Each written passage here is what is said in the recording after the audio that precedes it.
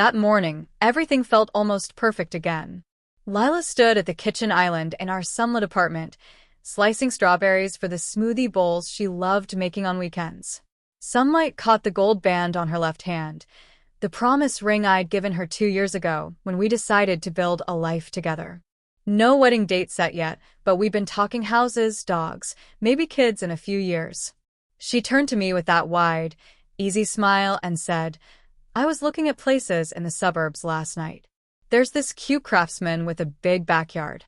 I bookmarked it for us to see together." I kissed her forehead, tasting the faint citrus of her shampoo. "Sounds perfect," I said. "We're really doing this, aren't we?" She wrapped her arms around my waist. "We really are, Alex. You and me. Future starts now." I believed her. God, I believed her. Later that afternoon, she left for a quick errand, dry cleaning and groceries, she said. Her MacBook stayed open on the coffee table, screen dimmed but not locked. We'd always shared passwords. Trust was never an issue. Or so I thought. I sat down to check baseball scores and noticed the Photos app was still running.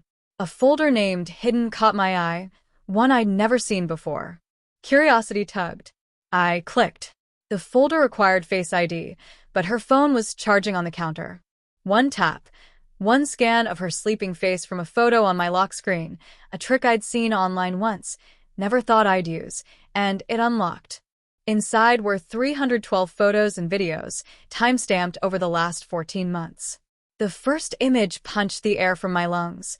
Lila in lingerie I'd never seen, posed on a hotel bed, smiling seductively at the camera.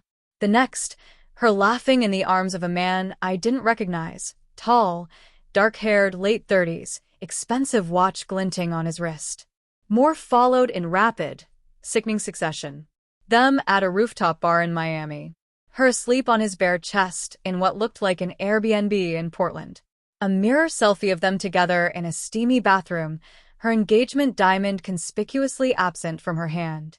Videos too, short clips of them kissing in elevators, whispering inside jokes, her voice breathy as she said, "I wish we had more time."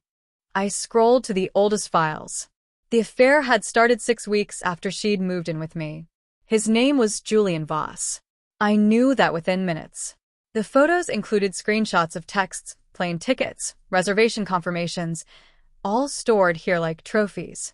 One note, dated 3 months ago, read, "Can't wait for the day I don't have to leave your bed to go home to him." Home to him. That was me. I sat frozen until I heard her key in the lock. I closed the folder, locked the laptop, and met her in the hallway as casually as I could. "Hey, babe," she said brightly, arms full of grocery bags. "Got everything for tacos tonight." I helped her carry the bags to the kitchen, hands steady through sheer will. We cooked together like any other Saturday, chopping onions, browning meat, her humming along to the playlist we'd made on our first road trip. Every laugh felt like glass in my throat. That night, after she fell asleep curled against me, I lay awake staring at the ceiling. The woman who'd promised me a future that morning had been documenting an entirely different one in secret for over a year. Sunday passed in a haze. I told her I had a headache and spent most of the day working in the spare room. In reality, I was copying the entire hidden folder to an encrypted drive. I needed proof, partly for the inevitable confrontation, partly because some masochistic part of me needed to understand how deep the deception went. By Monday evening, I'd pieced together the timeline. Julian was married too. They'd met at a design conference in Austin. He lived in Chicago but traveled frequently for work. They saw each other every 4 to 6 weeks, hotels, short trips, stolen weekends. She'd used our joint credit card for some of the flights, charging them as work expenses to her freelance account. The Craftsman house she'd shown me? One of the screenshots revealed she'd toured it with him 2 weeks earlier, texting him, "This could be ours someday." I waited until Friday. She came home from yoga glowing, kissed me hello, and started talking about dinner plans. "Lila," I said quietly, "we need to talk." She froze at the tone. "What's wrong?" I opened the laptop on the dining table, navigated to the hidden folder, and turned the screen toward her. Her face cycled through shock, recognition, and finally a kind of exhausted resignation. She didn't deny it. She didn't cry. She simply sank into the opposite chair and whispered, "How long have you known?" "Since Saturday." She nodded slowly. "I'm sorry, Alex." "Sorry," I repeated, the word tasting metallic. "You promised me a future that morning. The same morning you had photos of his toothbrush in your overnight bag." She covered her face with her hands. I know how awful that sounds. We talked, or rather, I asked questions and she answered for 3 hours. She claimed she loved me, that Julian was a fantasy, an escape from the pressure of real life.